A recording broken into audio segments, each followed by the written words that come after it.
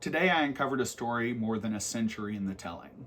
A story about a young woman, a story about a tiny town in South Dakota, and the story of a graduating class of just 12 students, graduating in June 1912 and starting their lives together.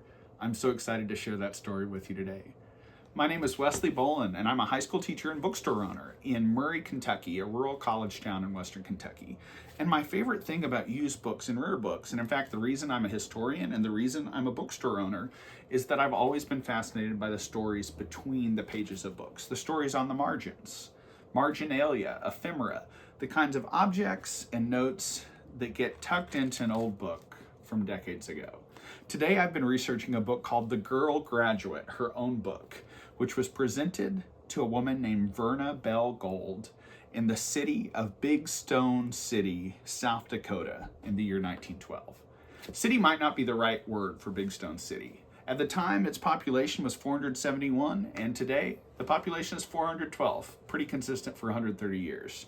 But I have been so moved by the story of Verna and her friends. I wish I could tell you what she looks like. There were only 2 photos included with this book, and I don't know which of these 3 girls were Verna. But I can tell you what some of the possibilities were.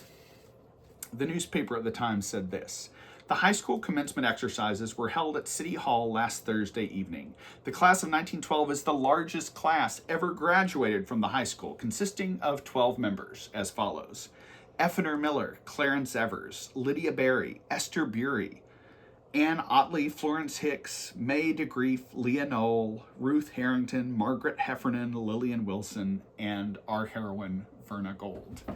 And the reason we have this book at all is because of Verna's Aunt Eva. Verna's aunt presented this to her as one of her many, many graduation presents in 1912. Verna's graduation presents start as follows: pearl necklace, painted ivory fan, silk stockings, a souvenir spoon, a bar pen, a flower pen, a small gold watch, scissors and a letter opener, a picture, a coin purse, and from Aunt Eva, the Girl Graduate book. A lot of the book's empty. A class of 12 means there's not a lot of people to sign class signatures, and the class predictions actually come in a different setting. This has the entire social calendar for the big graduation of Big Stone City. The junior class held a special banquet for the seniors, and the menu is as follows: lettuce sandwiches, pressed real loaf pickles, fruit salad, strawberry ice cream cake, and lemonade. But where I really fell in love with Verna and fell in love with this class is in her poem. As part of her graduation, Verna Gold wrote an incredible poem, the story of her classmates, the story of her experience in 1912, a poem that reveals so much about life more than a century ago. Here's how her class poem begins. You have heard of the wonderful senior class that's assembled before you tonight. A class that's looked up to and envied by all. Even the freshies can see we do right. We're the bunch you can't outdo. Taking everything we come to, moving pictures, skating rinks, show and all, even an occasional game of baseball. This is 1912, and it's so fun that moving pictures are a current reference for the students there. Since first we entered high school, 4 short years have come and gone. They have left us all too quickly. Now we must go out and on. Many the hours we've wasted, moments we've idled away. We have gone to the rink in a wagon and returned before dawn of the day. Our dear old sweet high school, we fondly adore thee. Sweet is the thought of you lingering here. Like children we came in our search for true wisdom. How we learned, thou guided us year after year. About your old halls, tender memories linger. There many friends dearly loved did we know. Friends who in years rolling on in the future, thou life's busy cares ever dearer shall grow. Our dear old high school, when we have left you, when out to take on the world we have gone, may we be worthily known as thy products, and then may you proudly claim us to your own.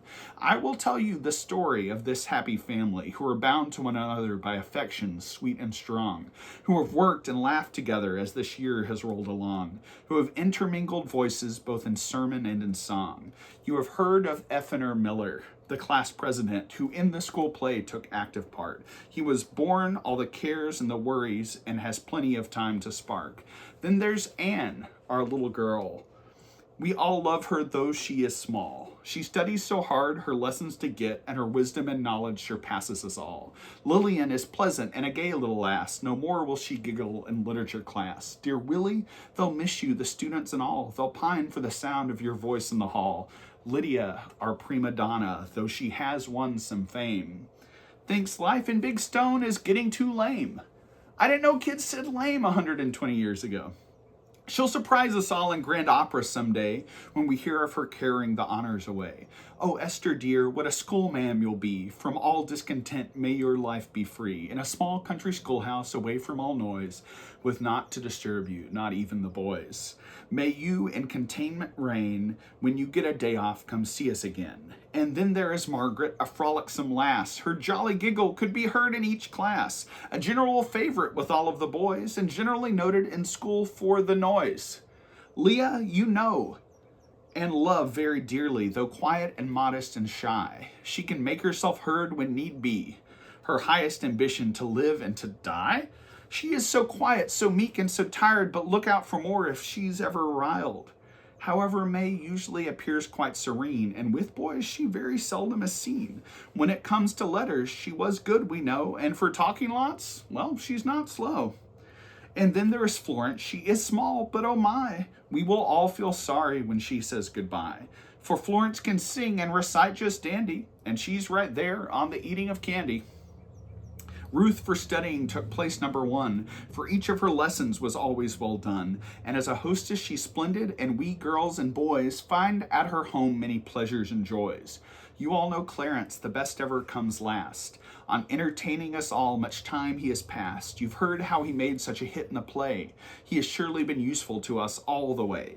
He finds himself smitten with each pretty lass, so he spends much of his time in front of the glass, in front of the mirror, watching his looks and his hair and getting ready for the girls.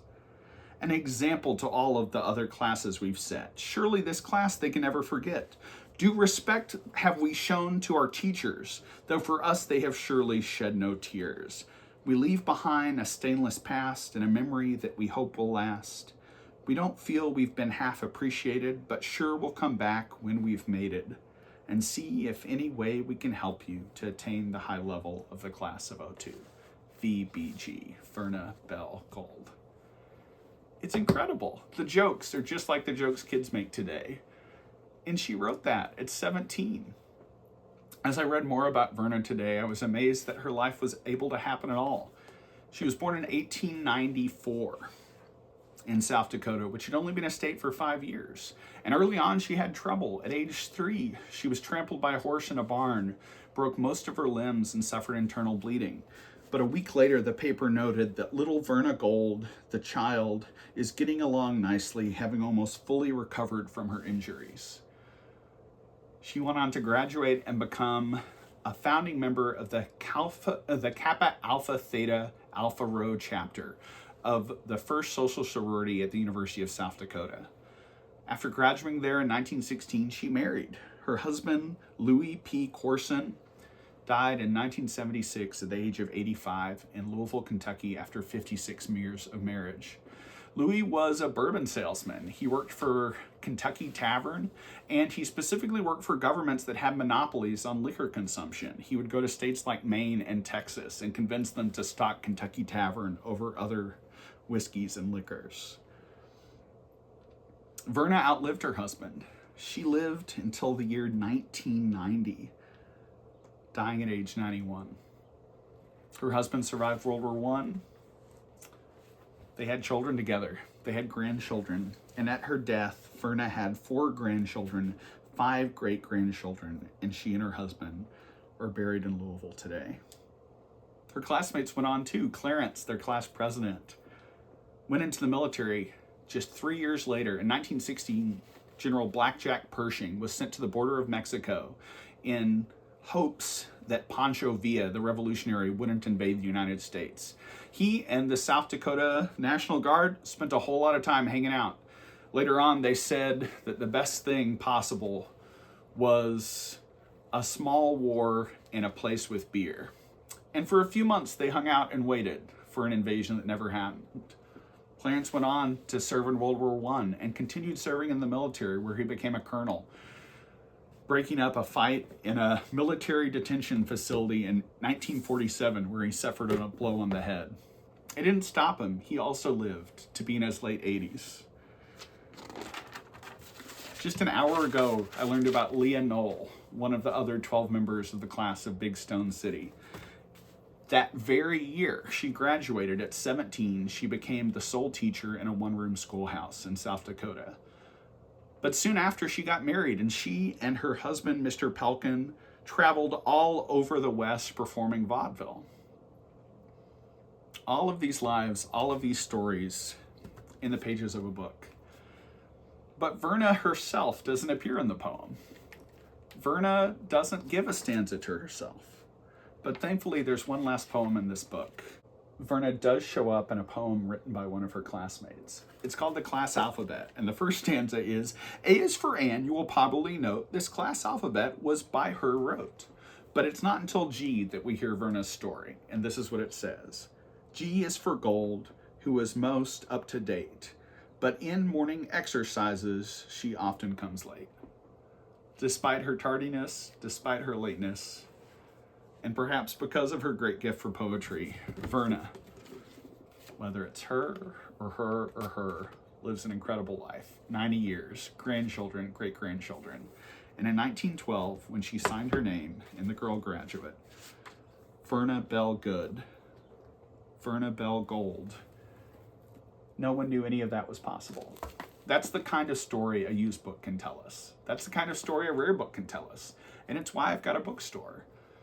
I'd love for you all to visit us in Murray, Kentucky, and I'd love for you to join us on our journeys of accidental bookmarks, of marginalia, and of ephemera. Please check out bolinbooks.com if you'd like to learn more, and thanks for watching.